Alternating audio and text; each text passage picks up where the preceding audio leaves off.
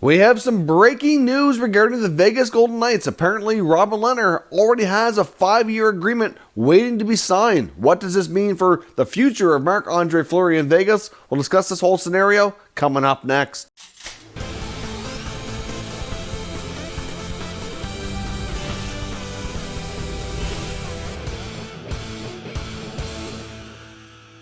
So welcome back to another video here at Top Shelf Hockey. As I mentioned, we have some breaking news. We had some information on Twitter from thefourthperiod.com and Dave Pagnotta reporting that they have sources indicating that Robin Lehner and the Vegas Golden Knights already have a deal arranged for a 5-year contract at $5 million per year, which, might I add, I think would be an absolute steal. I mean, the deal's not signed. We'll caution you that. They have apparently a verbal agreement from both sides. All parties involved is what the report is. It is not signed, but still, if they're all going to hold up to their word here, that's going to be the deal that Lehner ends up getting with Vegas. And clearly, they're not going to sign Lehner and keep Marc-Andre Fleury here in the mix. As I mentioned before, talking about Lehner, before we knew this, wouldn't be surprised if Lehner and the Vegas Golden Knights had negotiations, but maybe he would hold off signing anything until the playoffs were done, just in case, if they do go all the way, win a cup, and he's a big part of that, maybe even a Conn Smythe Trophy winner, that could, certainly pump his value up, and maybe he'll come back and say that he wants more money. I don't know, but I would think if they already have this arrangement in place, then that very well may not happen. But the other strange part of this that we're just finding out now is apparently this was all agreed to back in June, long before the NHL return to play was finalized, and long before we knew what was going to happen with the bubble cities. And so this is quite surprising to find out that this has been in place and verbally agreed to for a long time. We're just finding out about it now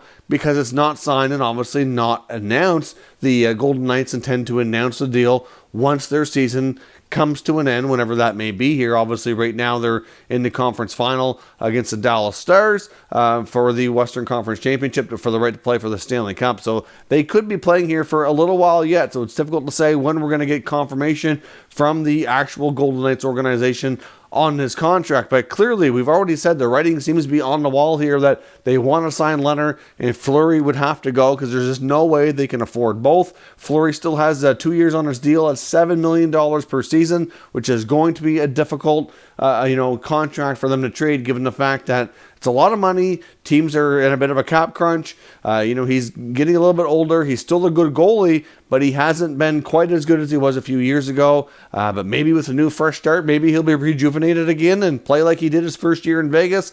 I don't know, but we talked about some different scenarios before regarding trades. I can say that there are teams out there that are, certainly having a lot of discussions around goaltending, that's for certain. But $7 million might be difficult. But Vegas could also retain salary. Maybe the Golden Knights retain a couple of $1 million and they trade him with a $4 to $5 million cap hit. That would certainly be a lot more reasonable. Obviously, that teams like Toronto and Carolina and Edmonton and Calgary and even others out there as well, maybe Vancouver, if Markstrom ends up leaving, all have to explore this. We know Pittsburgh's looking to move Murray. We talked about the fun possibility about him returning to Pittsburgh. I think it's, relatively unlikely, but if a situation arose that the Vegas Golden Knights could not trade him and they bought him out and he became a free agent and could sign for a cheaper contract, that scenario could present it for him to go to Pittsburgh. They might do that to back up Tristan Jarry, maybe have a 1A, 1B scenario, but there's all kinds of movement in the goalie market. But taking away a guy like Robin Lehner off the free agent market is going to change things substantially, and that contract is also going to kind of set the market here. So that Lehner contract is certainly going to impact players like a Markstrom in Vancouver. I mean, it was reported before that Markstrom was looking around $6 million, while if Lehner signs for $5 million and he's gone deeper in the playoffs, and has got, a long-standing record here, that just as long or more than Markstrom of a solid play, then that's going to, maybe the Canucks will be able to get him signed for less. I don't know. But either way, this is a big name who's having a big playoff run, looking for some term. He's going to get it. It's a bargain of a deal, in my opinion, but given the fact that he can play in Vegas, obviously save a lot of money on the taxes, which will put more money in his pocket, which would mean, be equivalent to him making, maybe $6 to $7 million somewhere else. But, Lehner has been a great fit there. He's been playing lights out. He's got, 4 shutouts in the playoffs. The Vegas Golden Knights obviously are down 2-1 to Dallas right now, but are still in a position where they could